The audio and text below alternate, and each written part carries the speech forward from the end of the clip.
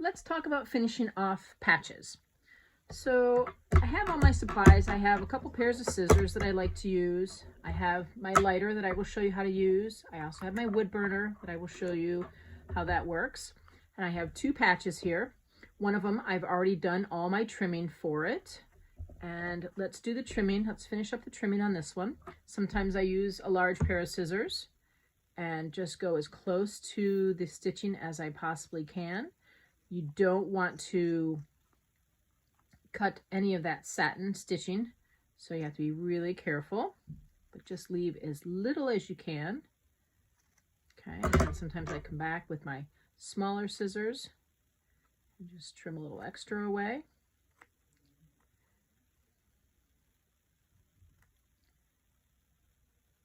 Just don't nick those stitches. If you do, you're going to decrease the integrity of the patch.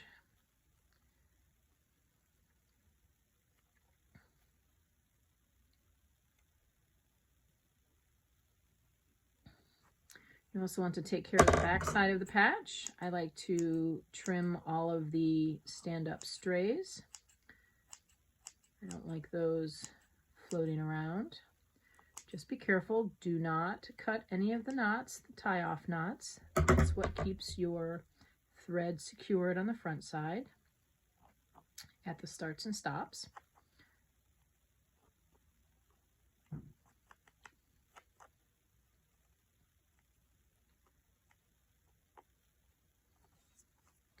So we'll get that cleaned up.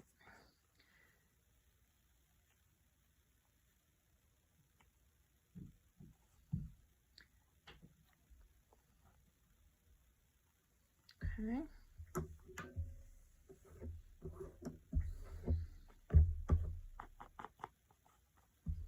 And if any others pop up, I can trim them later. All right, so I use on my patches, my base is Cutaway Stabilizer. It's a 3.5 ounce cutaway. It's nice and strong. It's good for especially dense patches. And then I use felt as my base. Stitches go completely over it, but I do use a complementary color. So this was a blue felt that I used, and it was a felt square. If I'm making a patch that I want to be a little bit more hardy, then I will use felt by the yard. It tends to be a bit nicer and thicker. So you can use those. You can also use other products such as twill for patches, patch twill, I guess it's called. So yeah, you have a couple options, but you want something fairly stable because we are putting a lot of stitches on there. I do not use tearaway on any of my patches. I actually never use tearaway. I use cutaway for everything. I don't do t-shirts, but again, if you wear it, don't tear it.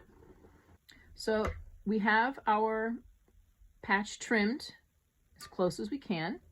So we have two options. This is the lighter that I picked up most recently. I burned through my other two lighters. I had just initially bought cheap ones, and then I thought, oh, I really like this long barrel on this one. Well, got it home, and guess what? There is no way to adjust the flame on this lighter. So it actually is my least favorite. The flame is really long and high, and I have less control with the flame. Whereas if I had just purchased the cheap lighters again, I would have been able to adjust the flame. I like a lower flame. Higher flame is just more difficult to control. But let's go ahead and burn the edges of this shark tooth and see how it goes. Okay. So what you're going to do is just take and make very, very quick passes. What it's doing, it's melting and making the edges disappear. So you're just making very quick passes.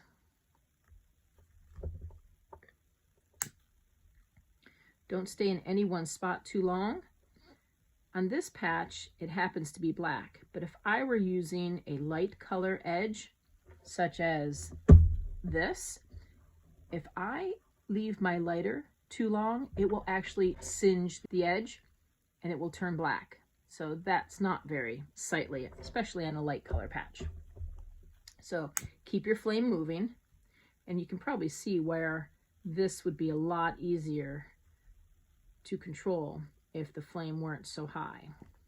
So there we go. And I usually feel around the edges. If I feel any soft stabilizer, I know where to go back and make a second pass. Okay, so that's not too bad. There. Okay. All right. So just go with a cheap lighter. Don't buy anything fancy. And you really want something with flame control. All right, so let's try the wood burner. Now, this one is from Amazon. They range anywhere from about $15 to $20. Maybe someone in your household has one in a garage you can just borrow. Makes it really convenient and easy. This is my preferred method, but it is also a little bit more accident prone. It's really easy to overburn a spot, so you have to be very quick with your passes again, and don't linger in one spot too long, or you can actually end up putting a divot into your patch, and well, we don't want that. You want to hold your patch horizontal and the tool vertical. So we're going to make our passes real quick, and we want to be vertical to our patch. Even if I'm rotated, even if I'm going like this, I'm still vertical, okay? So if you see my video and you're thinking, oh, you don't look vertical and horizontal, but I am. So I'm going to pull that down just a little bit. Just make quick passes. If I use my tool and I'm not vertical and I go at an angle, what ends up happening is you can singe and burn a thread, and then the thread will stick up. So I have a patch somewhere here that I can show you. One little piece that I found. Where did it go? Right here. So at some point on this patch, I must have gotten a little too close, but it is there, right here. See that thread at the end of my fingernail? So I must have gotten too close here and I lost a thread. You can use fray check, or you can take your burner.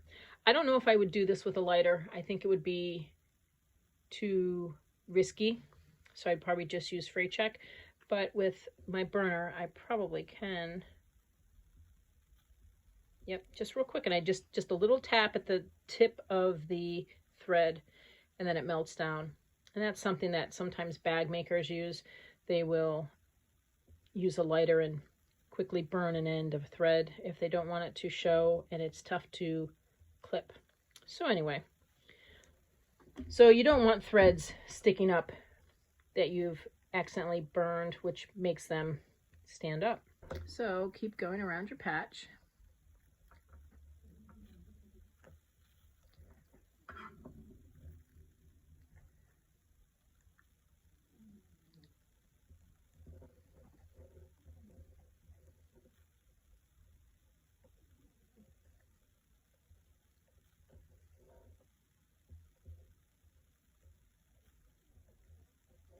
If you didn't cut very well and you have a little bit of your material, this takes care of it as well. And so would a lighter.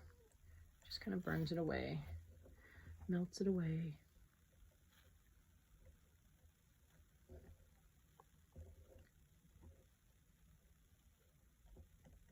You might be thinking, oh, that would be a great way to take care of jump stitches. I would not recommend that. I thought the same thing. And when I was first trying this out, yeah, what ends up happening is it's a little difficult to control exactly where the heat is.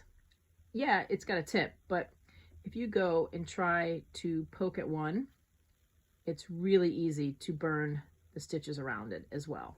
So I don't use it for jumps. I use my traditional scissors for that, just as easy and a little safer. Color is very important.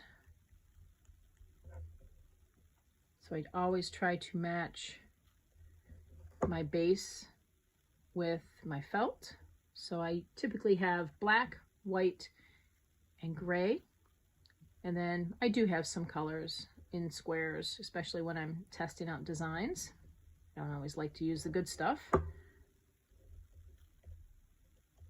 So this does make the edges of the patches a little stiff, and that's okay.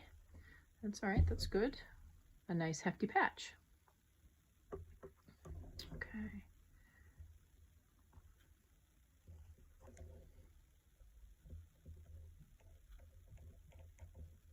There we go. A little more control with this tool as well. If you don't plan on making a lot of patches, you're probably just as well off getting a lighter as opposed to buying a wood burner, unless you want to burn some wood too.